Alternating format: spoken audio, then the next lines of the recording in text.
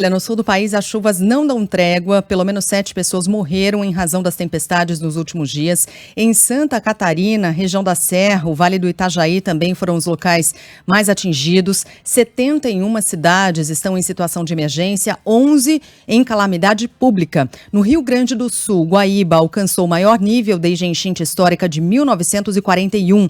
4 pessoas morreram, mais de 17 mil tiveram de sair de casa. A gente tem informações também ao vivo, agora direto de Porto Alegre. Gilberto Echauri conosco, nos atualizando nesta manhã. Bom dia para você, Echauri. Bom dia, Sheila, Carla e a todos. Pois é, o nível do Guaíba atingiu os 3,38 metros à meia-noite desta terça-feira. É a medição mais recente que temos aqui da Prefeitura de Porto Alegre, de acordo com a Defesa Civil também. Marca mais alta desde a enchente histórica de 1941, quando a água chegou aos 4,75 metros e alagou o centro da cidade. Lembrando que a cota de inundação ali do Guaíba, na região do Cais, é de 3 metros. As comportas do sistema de proteção contra enchentes foram fechadas. São mais de 10 estruturas que atuam como barreiras para evitar que a água invada as vias do centro da cidade.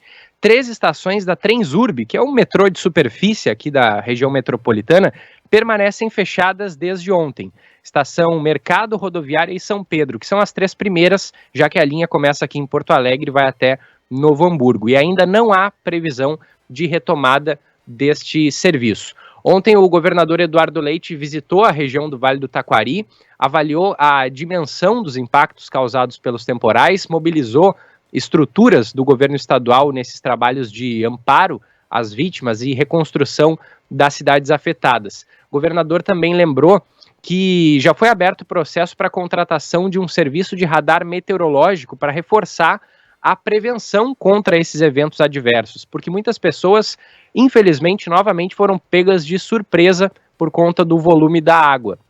Esses eventos extremos que ocorreram aqui no Rio Grande do Sul, como você bem disse, Sheila, causaram a morte de 4 pessoas no Rio Grande do Sul e 3 mortes em Santa Catarina. No Rio Grande do Sul, danos foram registrados em 158 municípios, há mais de 15 mil pessoas que estão fora de casa, entre desabrigados e desalojados. Em Santa Catarina, né, mesmo, além dessas 3 mortes, mesmo após a trégua da chuva, o estado tem pelo menos 40 cidades com abrigos que foram abertos. Desde o dia 14 de novembro, pelo menos 67 municípios já registraram danos e a Defesa Civil catarinense confirmando, portanto, além desses 3 óbitos, uma pessoa também desaparecida no estado catarinense. Sheila e Carla. Valeu, Echauri, pelas informações. E olha, Sheila, ontem a Band trouxe uma entrevista com o Rodrigo Cordelini. A família dele ficou presa em um telhado. Talvez você se lembre dessa situação.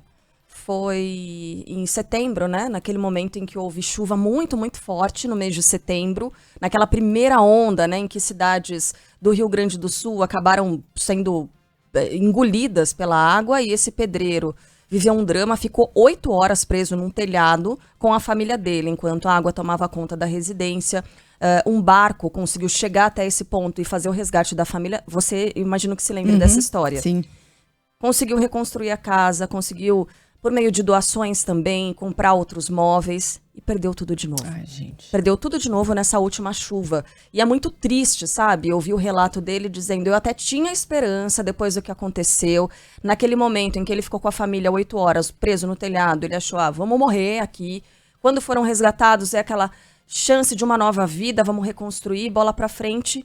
E agora tudo perdido de novo. Ele se queixa que havia até o alerta de que isso poderia acontecer, de que a casa poderia ser tomada pela água novamente, mas que não houve ajuda para retirada desses novos móveis, dos eletrodomésticos, e aí infelizmente perdeu tudo, e agora é uma fala de completa desesperança, porque ele diz, eu não botei os meus filhos no mundo para que eles passem por tanta necessidade, era para que eles tivessem uma condição melhor do que a que eu tive, e não é isso que ele está conseguindo dar para essas crianças. É triste demais ouvir esse relato e sempre a gente traz aqui, parece que é uma ladainha que não faz sentido. Ai, perdeu tudo pela chuva, perdeu tudo novamente.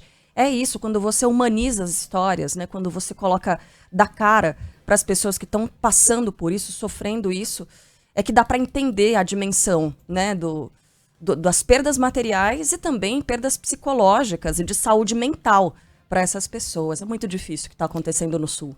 E quando a gente vê histórias se repetir, como no caso desse senhor, né? Quando a gente vê histórias se repetir, e aí se repete no caso dele, quando a gente dá cor, forma, rosto para essa história, para esses números sobre os quais a gente fala, de pessoas prejudicadas ou que perderam tudo, de gente que perdeu seus familiares, houve mortos, né? Mais uma vez, essa história daqui a um mês possivelmente se repete.